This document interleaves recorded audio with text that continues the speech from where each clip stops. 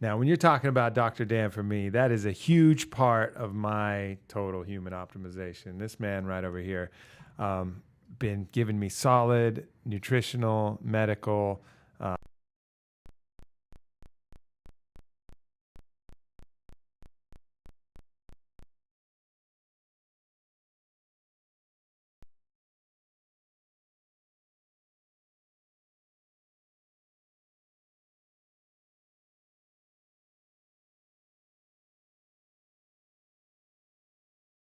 through med school. Got a little broken neck, no big deal. Shrugged off the broken neck, finished, got his, clinician's degree, I guess you'd call it, as a clinical psychiatrist. Mm-hmm. MD. Yeah, I went through a psychiatric residency, 2 psych fellowships, did forensic psych and child psych. Mm-hmm. Oof, that forensic psych here was a trip, man. Lived at the Colorado Mental Health State Hospital. So you saw some crazies, man. Real crazies. Literally. And then went off from there and said, I don't have enough knowledge yet. I've been in schools till I was 30, but I still don't have enough knowledge. Went down to the jungles, studied with an ayahuasca maestro out there, curandero, and learned some of the wisdom. And then said, not done learning yet. Push yourself into more holistic nutritional medicine, and then have kind of brought it all together. And now we're leading a lot of kind of cutting edge rejuvenative medicine clinics right now, combining kind of all of your knowledge base. Mm-hmm.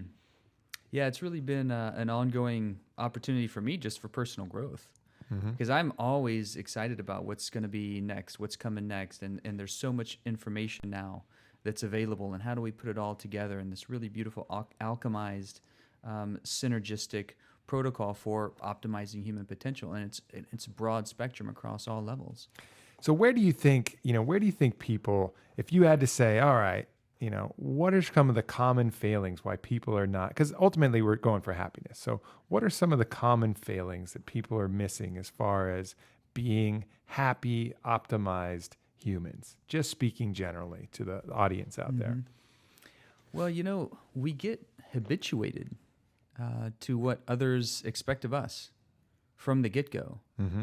These standardized educational paradigms. The educational system now has been largely promoted based on a World War II model for people making widgets.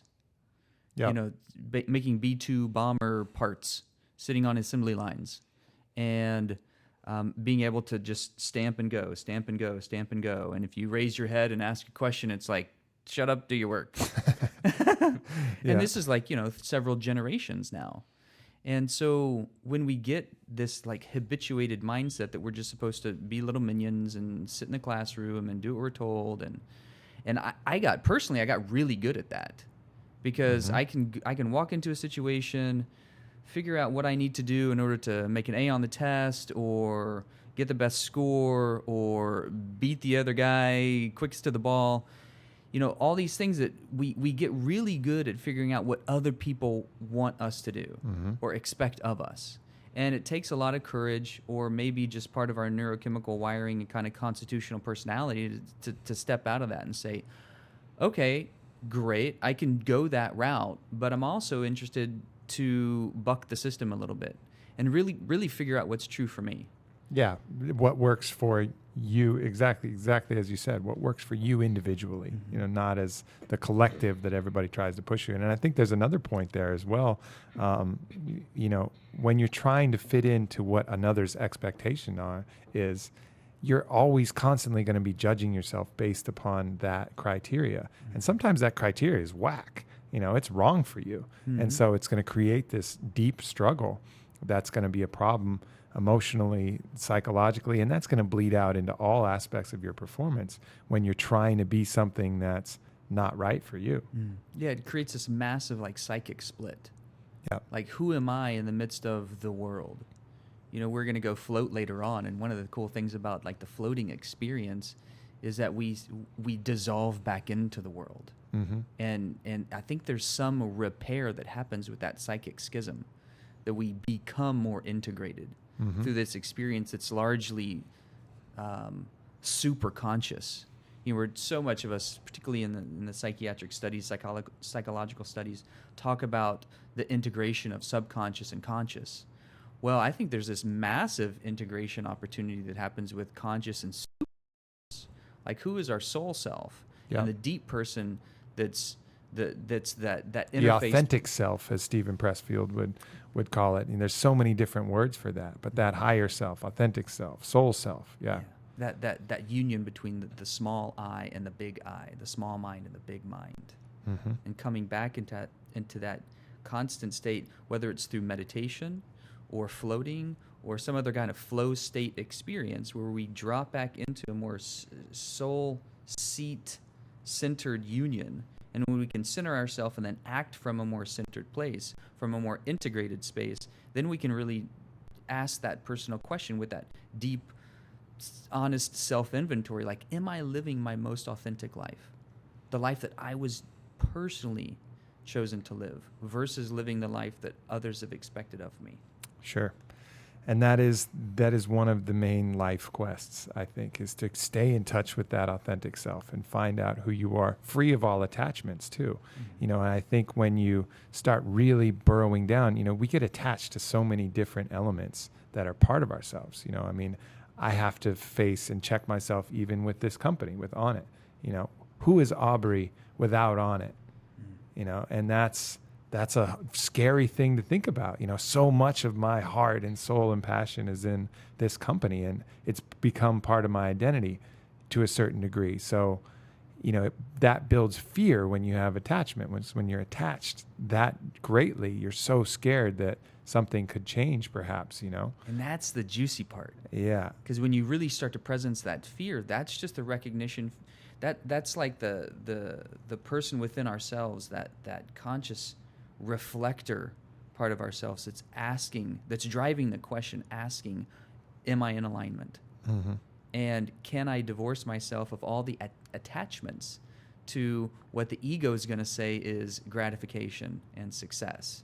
I mean, you're obviously cultivating an ongoing experience, birthing this opportunity through Onnit that's extending beyond yourself for the it is an actualization of what I feel is my path and my destiny, and I love it. But the challenge is saying, okay, I'm not only that, I'm still my authentic self with this, and I can put as much passion and sweat and zest and zeal into it, but still know that I'm distinct as my authentic self with or without it. I could pick up, walk off into some place where, no one recognizes me and says a comment about alpha brain, which is becoming more frequent these days. I could go somewhere and just be a dude, a monkey amongst other monkeys, figuring it out. And once at least for me, I found that as I work towards that, and that's not something I've arrived at all, but as I work towards that, there's kind of a freedom and liberation that says, I'm happy with me just as me, knowing that internal self. And I think, I was actually hoping, we would talk about some more superficial things, but you cut right to the meat of the damn matter, Dr. Dan Engle. It's getting serious. It got serious like right off the bat. But that's really it, is finding who your authentic self is. But now let's take, that's kind of the loftier kind of picture, is living your authentic life, living your authentic self. Swinging your authentic swing is, again, one of my favorite authors, Stephen Pressfield, writes a whole book about is, swinging your authentic swing. But beyond that, what are some of the traps that some other people get in as far as, with their bodies, with their psychologically, that you kind of see, because you encounter all kinds of people from the craziest to the, sanest and most aligned. Mm. Well, we get to be creatures of habit oftentimes, and it's comfortable to get into our little protective bubbles where we are the king of our own domain. Whether that sometimes that domain is the desk in front of us and or the living room and couch surfing, or it's a comfortable relationship. Couch surfing or channel surfing on a couch? So yeah, well, either. If we're couch that's the surfing only way I surf. among our own little pod, right? Then that's a little bit comfortable. But Lando shreds some sicky couch Yeah, gnar. I should see this. Sicky couch gnar. One of the things I love so much about my little sister is she's got this like indelibly adventurous spirit, and I can identify a lot with that. So she won't just couch surf among her own pod. Mm-hmm. She'll start to branch outside of that. And she's got this ongoing opportunity to face whatever fears are rising. We've had some really great conversations about this. And it's across the life spectrum. We're always offered the opportunity to go beyond what we thought were. We've talked about that with peak performance. Mm-hmm. And every year somebody's up in the game, and sometimes it's really quick. And sometimes you can see it in a single competition. Guys just start jockeying each other, twisting these super amazing feats that have never been... They come off the podium and like, yeah. Wow, how'd you do that? How many times do you have to practice that? It's like, I've never done that before. You know, I'm good friends with a wingsuit jumper named Donald Schultz, and we talk about this a lot because there's something out there that is this allure that people have, and that's to do the wingsuit landing.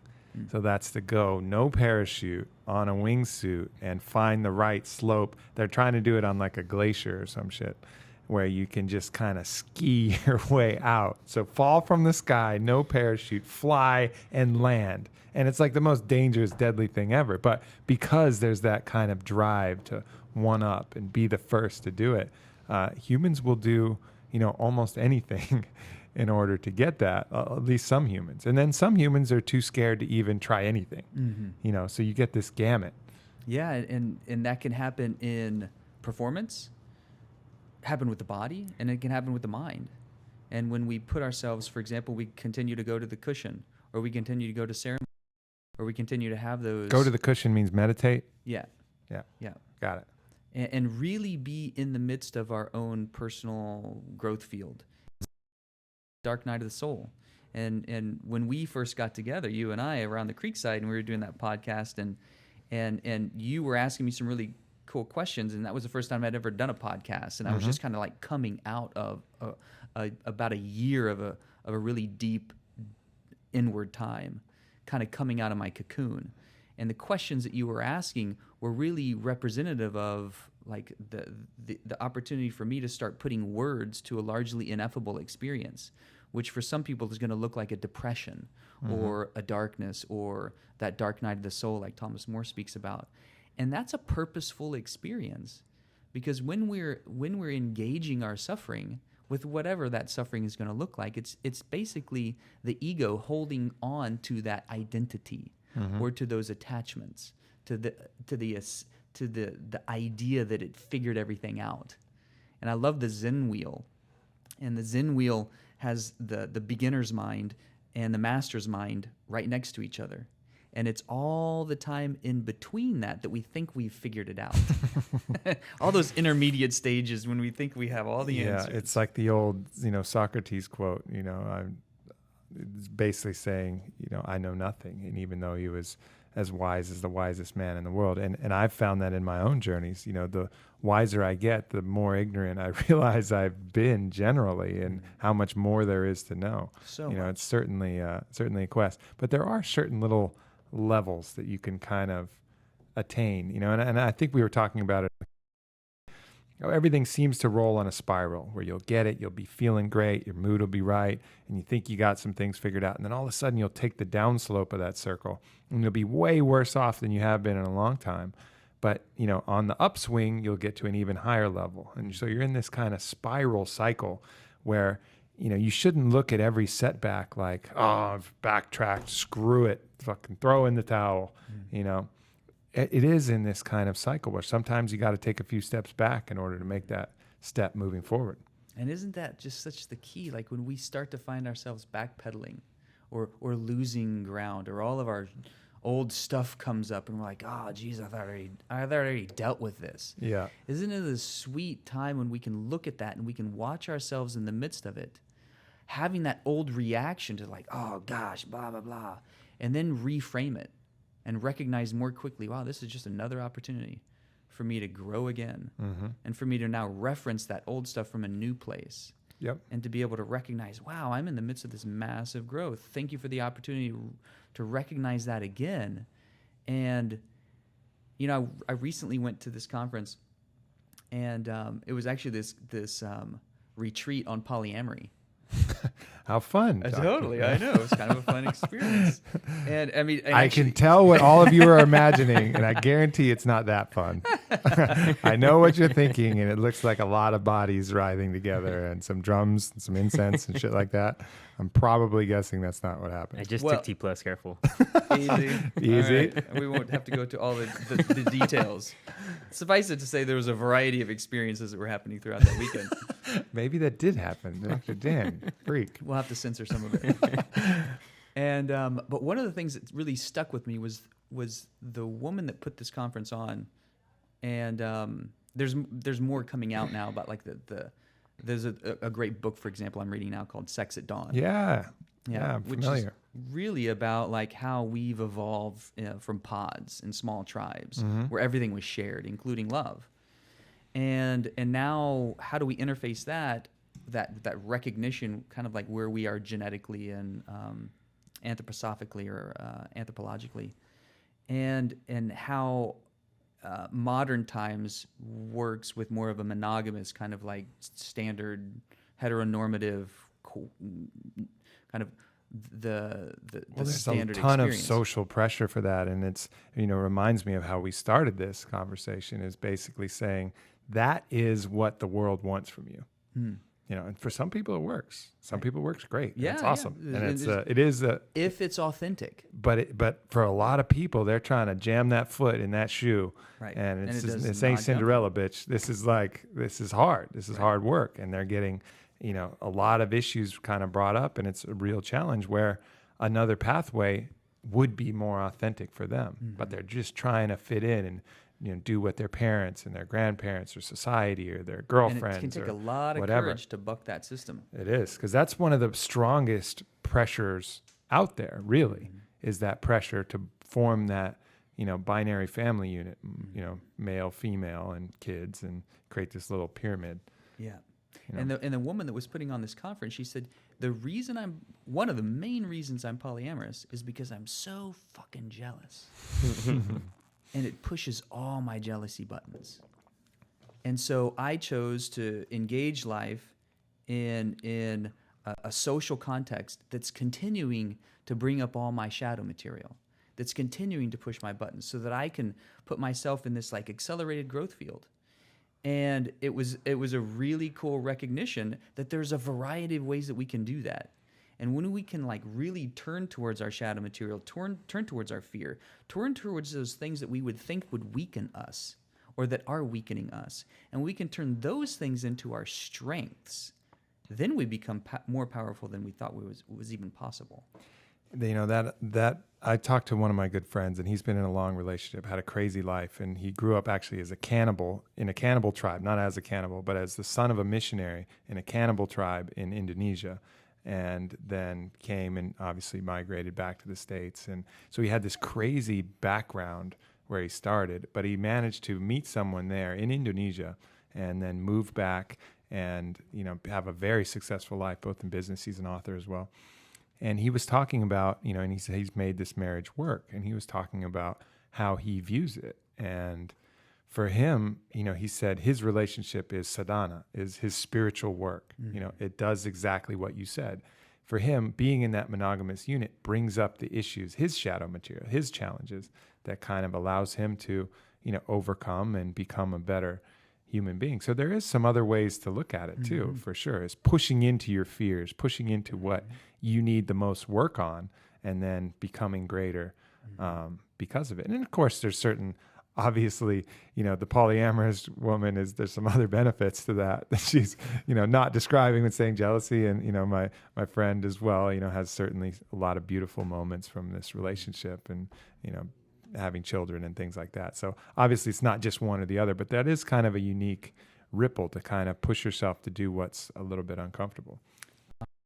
And we can continue to just offer ourselves the opportunity to grow and reach beyond our boundaries and not get complacent, not get stuck in ruts.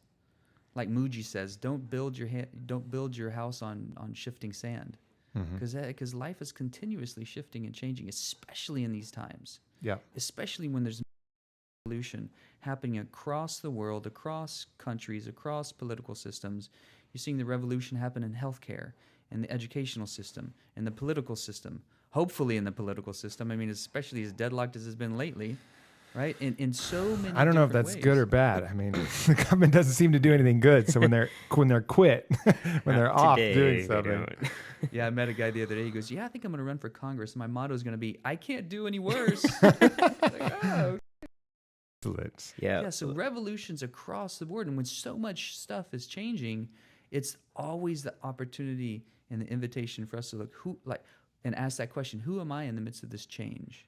And who do I choose to be in the midst of this? And how can the best me show up at any given moment? Mm-hmm.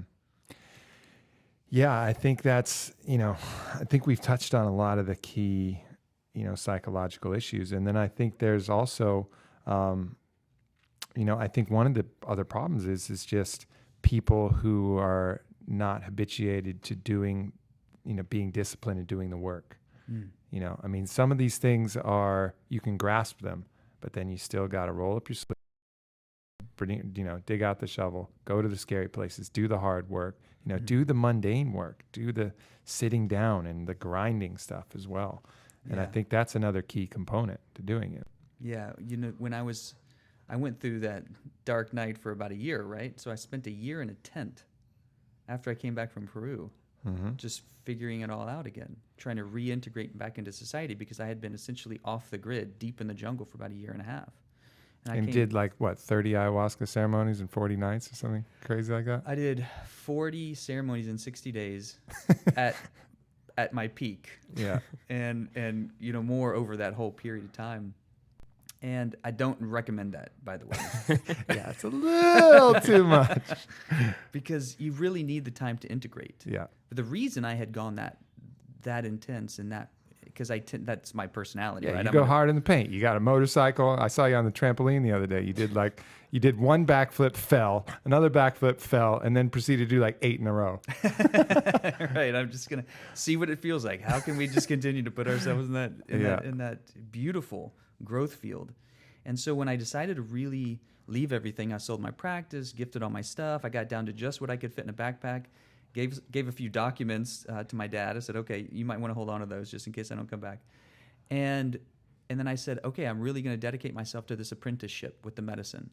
And the center I went to and the curandero I was working with, the modality, so to speak, of dropping into that apprenticeship was going that strong. We did six ceremonies a night. 6 ceremonies a week. And our off night was Saturday night. And I did that for about 6 weeks. I was like, okay, I'm in it. This is what's expected. I'm just going to keep going and keep going. But you don't have the time to integrate. Yeah. So that integration They time say integration was the year. takes, up to a couple months to integrate. It could. Like one of my teachers said, oh, you went on Vision Quest. Great. Come back in a year and tell me what happened. Right. It's going to take that long. So it took me about a year in the tent. And it was a dark time. And it was such the ongoing practice of discipline, patience, and faith.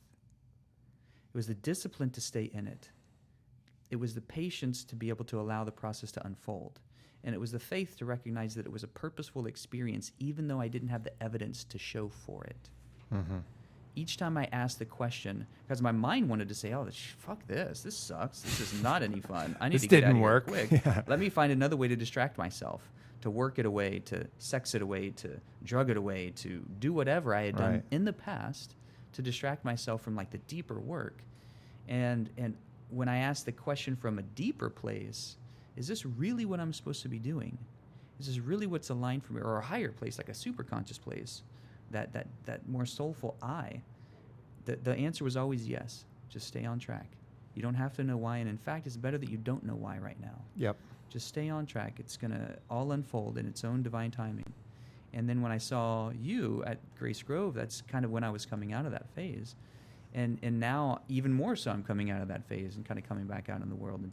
And it is an ongoing practice of discipline, because it's especially in the times of our suffering that we can fall back to these old modalities of distraction. Mm-hmm. And in fact, it's the active... sitting on the cushion and attempting to quiet the mind or ask the questions from a deeper soul level is an active process. It's not a passive process. It's not like, don't just sit there, do something. The doing something is actually just sitting there Yep. and seeing what happens and seeing what answers arise. And knowing not only what answers to look for or to try and actualize or to make happen, but actually knowing the questions to ask. And then having the patience to be able to receive the information from beyond just this small little eye that thinks it's figured out life. Yeah. I think I find a lot of the people I encounter, a lot of them, if you really get down to it, know pretty much a lot of the answers that they're either not willing to fully give themselves the credence for, or the weight behind. Inside they have that kind of higher knowledge, that connection of what they should do and where they should do it. But again, a lot of times distraction or the other things, these other forces come into play where they're gaining self-worth from some social validation by buying bottles at a nightclub, and that's giving them juice, or it's from buying a car, or these other things are kind of filling. But if you really bore down to it, they know kind of what they're doing. They just get stuck in these little traps and ruts. Mm-hmm. And I think one of the key things you said is, sometimes you have to take those first steps on faith and just say, look, I'm pretty sure I know this is the right course. I just got to jump in. Mm-hmm. I just got to get over that fear hump and go for it, mm-hmm. and trust that it's going to work out. Or if you make some progress and things don't quite work out, don't throw in the towel. Don't just be like, see, I told you, my life sucks. Nothing works for me. So I've always had that fantasy of, and I think it's funny enough, I think it came from watching the movie Into the Wild. I've always had that fantasy of just like stopping everything, going off and just living as the day goes, no money in your pocket, just finding ways to survive. But, it's not logical. You can't do that if you want to continue some kind of life after that. And you can't, for some of us, we can't just stop life and go do that. So like, what are some ways that you can get a taste of that without having to like fully, go to the jungle for a year? What's somebody that works like a normal job? How can they go experience a little bit of that and try to find that clarity in their mind they're looking for? That's a great question. And the analogy that comes to my mind, the symbolism is like, how do you eat an elephant? One bite at a time. Right? So how do you achieve that that soul level perspective where we recognize that we can engage life in a really joyful way, in a really heart-centered way, in a really empowered way, yet not be so attached to the things that will come from that? Because when we're soul-centered and personally empowered, the universe starts to attract these amazing things in our lives, and we can get attached to those things too. And then if we get too attached to those things, then we get out of our soul center and we get out of our personal empowered relationship with life, because then we start to, again, put our validation or our value on these things that are now being attracted to us. So, one of the things that was really good for me, and again, not necessarily something that I recommend, is I broke my neck. Okay. Right. So I was on track when, high school and college, I was great at everything, and I was a little freaking general, and I would kick your ass if you were on my team and you were slacking, because we're only as good as our weakest link, and I will cull you if I need to, from the herd, not think twice. And so I was going into medical school with this kind of like mentality, and then 2 weeks before medical school, I broke my neck, and like that changed everything. Yeah. So oftentimes the universe will put into our lives these experiences that will reframe it really quickly. And short of that, those kind of really kind of topsy-turvy experiences, I started going to, and relatively quickly after that, started going to meditation retreats. First of all, they were weekend retreats, and then week-long retreats, and then like month-long retreats. So it was just a little bit dosing, kind of like if you've never been in a gym, you're not going to start with like the P90X. Yeah, it's a pretty good analogy, because you think of this kind of spiritual connection and this being centered with your authentic self. You think of it as different than getting really jacked. Like if you were going to ask, hey, how do I get really jacked? Well, you know how to do that. You work out every day and you eat well and you do those kind of things. The same thing applies to the other question. How do you get that kind of centered, just you alone in the wild? Well, do the small steps, find that meditation space, take a week, take a day and actually do that. Go out camping, just you alone, finding a place. And I've tried, but I've only lasted a day. Yeah. It gets scary out there, I don't even know how to build a fire yet. And that's the great place to be, like in the midst of that experience, in the midst of that fear. Yeah. So I think of like experience, your community, and the information you bring in. So you want to put yourselves in that. It's going to feel free and push your edges a little bit. And you want to surround yourself with like-minded, like-hearted, like-spirited people. So I found after a while, I released a lot of relationships that I had grown up with. And I just got through last weekend visiting my oldest friend, who's my only kind of still connected friend from like high school and like the pre, cognitively shifted broken neck experience. And I'm recognizing that I've grown lifetimes from where I used to be. And the people that I surround myself now with are I won't say better or worse, not even higher or lower, just a different frequency. We have a different resonant field. And then I try and now experience myself in the midst of ongoing information that's inspiring or inspirational. So I don't watch TV anymore. I don't really actually watch a whole lot of things on the computer, but I'm constantly in the midst of getting information from other people that are inspiring to me. Like, what books are you reading right now? What movies really turn you on? What are the things that you're in the midst of growing from? And I usually go to ceremonies or retreat centers or even here with my journal.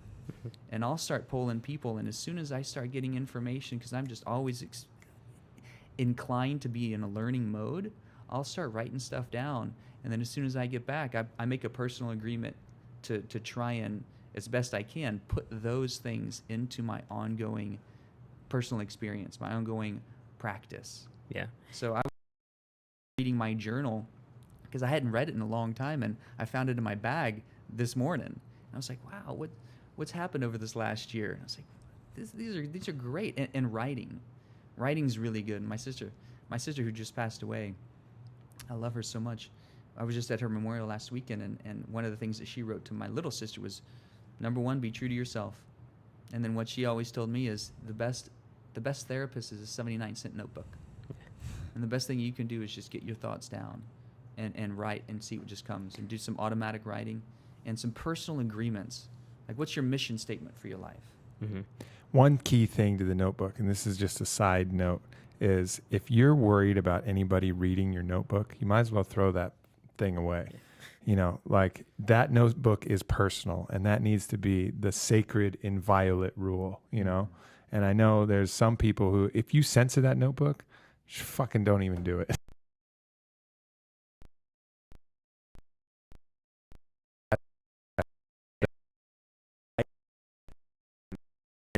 Back of my head, I'm thinking, oh, what if I die tomorrow, and somebody finds this? What are they going to think about what I'm writing? You can't have any of those. You Who cares? You're dead, Orlando. You're worried about what people... You're not even worried about what people think when you're alive. You're worried about what people think when you're dead. I have so many problems, Dr. Dan. We'll set up a separate session. But that's funny, though. But it's funny that you actually voiced that thought. Yeah, I appreciate that authenticity. That's like that personal exposure that recognizes that now you're coming into more of your authentic self, because we're really starting to put voice to what makes us uncomfortable. Yeah. And then we can grow from it, because we can name it, validate it, honor it, learn from it, heal it, and let it go.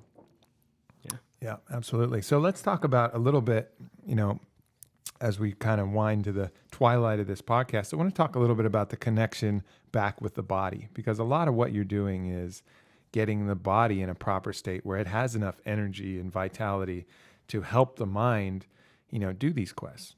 I mean, no one likes to meditate when they feel like shit. No one likes to work out when they feel like shit. Like, all of these things that can create this kind of positive momentum, if you don't have the energy and you don't feel well, it's going to be an uphill battle to do. Not saying you can't do it, because there's people with full-blown cancer, getting chemotherapy that are out meditating and out working me in the prime of my health right now. And I've seen those people, and they're incredibly inspirational. But for most of us, when we're off our game, we're not going to do those things. So what are some of the key things to focus on just generally for the body, to get the body kind of in the proper state to achieve these kind of higher states of actualization? That's a great question. And I'll put it again in a personal experience.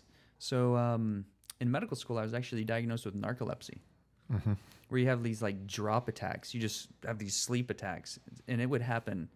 I mean, it would happen, in the classroom and driving, but it also happened when I was having sex, or I was at church. I mean, like these really socially... It's always happening to me, but on the other end, I don't know if they have narcolepsy.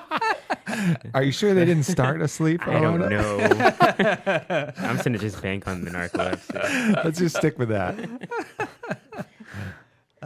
So I started taking a medication because that was my mindset at the time. And you're in med school. Essentially a cousin to Ritalin. And I was on that for a few years, and it worked. It helped me stay awake. But you could have smoked meth, too. That would have worked. Yeah, it could have, right? Same kind of thing. I mean, when you're looking neurochemically, it's pretty much the same experience. Yeah, it's definitely very speedy. Over time, I knew it was going to wear my body down. It had that would accumulate over time, and I didn't want to be married to this medication. I wanted to understand what was happening. So I did an honest self-inventory.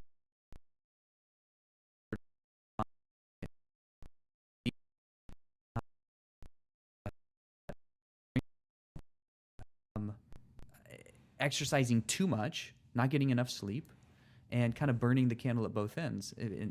Who doesn't, Sure. Who does that remind you of, right? Like, I don't know, everybody. Exactly. Yeah. So I had to really make a deep personal agreement and a dedicated path to cleaning up my lifestyle. So I started eating better, started getting better sleep, and then started gradually phasing out pot, gradually phasing out alcohol, and gradually phasing in good foods and high-quality supplementation. And I noticed my energy level actually got better, my cognitive ability got sharper, my memory got better and better, and I was healing a lot of the old cobweb residue from about a half a dozen or so pretty significant concussions. Mm-hmm. So when I was able to start putting more of a balanced living and balanced lifestyle approach in, as well as taking some high quality supplements, everything started to optimize, and I actually started feeling better than I even thought was possible. Because I hadn't really known what feeling good was like. Yep. And so many people have that same experience. And even now, I'm feeling better and better and better, feeling more ease, feeling more joy than I knew was possible before. Because I'm continuing. Feeling so good, you can phase back in alcohol and pot now. Mindfully, right? Maybe even ceremonially. That's what's up. See, so here's how it goes. Full circle. First of all, you got to cut it out till you feel good, right? Right. And then when you do phase it back in, or you have some kind of experience like that, that maybe did, because any experience, when done to excess, any medicine when done to excess becomes a poison. Mm-hmm. And when you phase it out and you re-equilibrate a relationship that's more in harmony with it, then you can know when it works for you and when it doesn't. So now I'm able to bring things back in that I was doing to excess before because I have a more mindful relationship, and there's not the downside. Mm-hmm. And so with a relatively balanced lifestyle, I'm starting to travel a lot more, coming out of the cocoon, so to speak, coming back out into the world in a way that I'm recognizing, wow, there's a lot of crazy stuff happening in the world. How do I choose to be in the world but not of the world? How do I choose to engage a whole lot of different experiences but still maintain my center? How do I choose, like you were asking, Orlando, to have an experience where I'm not having to go into the jungle in this isolated experience to be like socially, spiritually, psychically engaged? I can do that now with one foot in each world. As one of my teachers says, with my feet on the ground and my head in the heavens at the same time, and really bridging that experience between heaven and earth, which is like really, when you start talking about it psychospiritually, is what we're here to do.